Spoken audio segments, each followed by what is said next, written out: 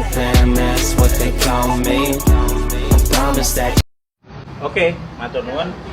Saya akan coba menerangkan dengan dalam waktu singkat mengenai masalah coronavirus yang sekarang mungkin sedang berjangkit di Indonesia. Sebelum kemana-mana saya akan coba menerangkan mengenai masalah coronavirusnya sendiri. Coronavirus adalah virus RNA dan ini beramplop. Kalau virus beramplop kita akan membayangkan itu seperti balon, kemudian ada spike-spike-nya di sana. Nah, spike yang di luar ini terdiri dari lapisan glikoprotein. Lapisan glikoprotein akan sangat mudah hancur oleh pelarut lemak, deterjen, ataupun desinfektan. Jadi coronavirus meskipun dia punya kemampuan untuk menyebar dengan cepat, dia tetap memiliki kelemahan. Kelemahannya apa? Kelemahannya akan sangat mudah hancur oleh pelarut lemak, oleh deterjen, oleh desinfektan. Sehingga jika kita sering cuci tangan, kita sering ngepel lantai dengan desinfektan atau dengan cairan untuk pel, maka virusnya akan hancur dan tidak akan menulari lagi. Nah, kemudian saya akan cerita gimana caranya coronavirus bisa menulari ke manusia.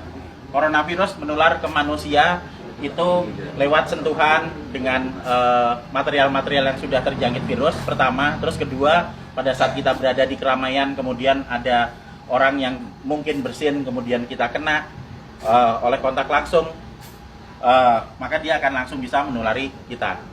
Tapi sekali lagi kita jangan terburu panik dulu. Kenapa? Karena coronavirus ini tidak seganas seperti yang dibayangkan atau yang ditampilkan oleh media. Kita akan selalu lihat di situ. Sekarang korban coronavirus seluruh dunia ada sekitar di 80.000 sekian penderita. Tapi dari 80.000 itu nanti yang meninggal itu ada sekitar 2.400 yang selalu hanya akan ada di kisaran angka 2-3%. Silakan nanti dilihat di data statistik mengenai seberapa banyak yang orang yang terkena coronavirus dan seberapa banyak yang meninggal. Yang meninggal selalu ada di kisaran antara 2-3%. Berarti sisanya sebanyak 97% itu selamat. Dengan deskripsi lebih detail, yang sakit 53%, sementara sudah ada yang mulai sembuh itu sebanyak 44%. Nanti kita akan cerita kenapa dia bisa sembuh. Jadi begitu coronavirus masuk ke tubuh manusia, maka dia akan menginfeksi sel saluran pernapasan.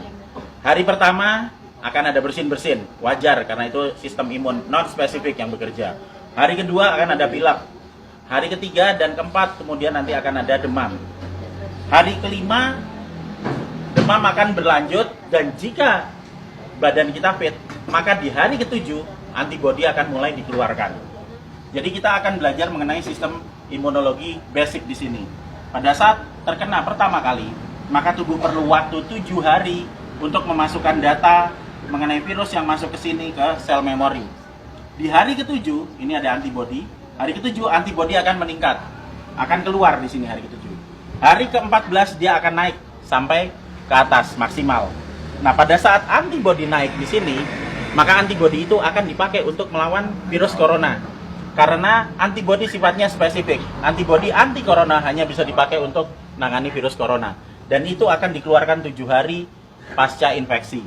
Yang akan sampai di puncaknya di 14 hari. Pada saat antibodi sampai di puncak, maka virus corona akan ditangani oleh antibodi di dalam tubuh kita sendiri. Karena virus hanya bisa ditangani oleh antibodi. Beda dengan bakteri. Bakteri bisa pakai antibiotik, virus nggak mempan. Hanya oleh antibodi. Dan nanti antibodi akan berlanjut turun sampai di minggu ketiga. Apa yang terjadi di minggu ketiga pada saat antibodi sudah mulai turun? Berarti infeksi yang ada di dalam sudah ditangani oleh antibodi yang tumbuh dalam kondisi maksimal di umur 14 hari tadi. Jadi sesudah 21 hari, otomatis virus yang ada di dalam badan kita sudah tertangani. Apa yang terjadi kalau nanti ada serangan virus lagi? Jika ada serangan virus lagi, data yang ada di sel memori akan dikeluarkan sehingga respon imun kedua akan berlangsung 24 jam sesudah paparan.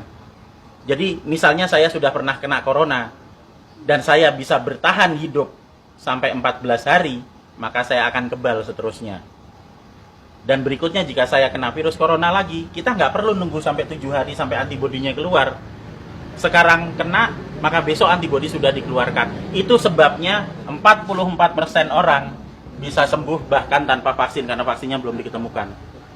Dan masih ada 53% yang sakit yang akan sembuh ngikuti 44%. Karena pola kematian atau mortalitas tidak pernah bergerak dari 2-3% maksimal. Sehingga tidak perlu khawatir, tidak perlu panik pada saat ada wabah corona. Kita punya prinsip penanganan wabah ada 3. Pertama, kita kurangi paparan virus. Gimana caranya? Untuk kita pribadi hidup sehat, sering cuci tangan, jaga kebersihan tubuh, sering mandi. Kalau misalnya kira-kira kita khawatir terjangkit, ya jangan datang ke tempat keramaian yang banyak orang sakit. Dan untuk mengurangi paparan virus ke kita. Nah, untuk kitanya sendiri gimana? Kita bisa naikkan antibodi. Gimana caranya? Dengan mengkonsumsi vitamin E atau C, vitamin E plus C setiap hari. Plus madu. Karena madu bisa dipakai untuk energi, sementara vitamin E dan C akan bisa dipakai untuk menaikkan produksi antibodi. Energi dipakai untuk pembentukan antibodi dari kita sendiri. Dan yang terakhir, kalau sakit jangan keluar, di rumah aja.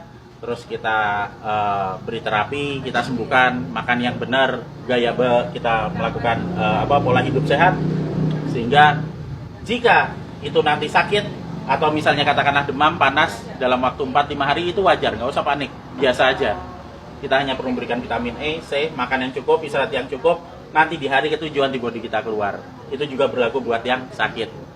Sehingga sebenarnya kita semua akan bisa menangani wabah coronavirus ini, asal kita bisa tahu basicnya seperti apa, ilmunya seperti apa, dan yang paling terakhir, jangan panik, santai aja, kiamat masih panjang. Jadi ayo kita kerja bareng-bareng, kita tangani bersama-sama, dan gak usah panik. Terima kasih.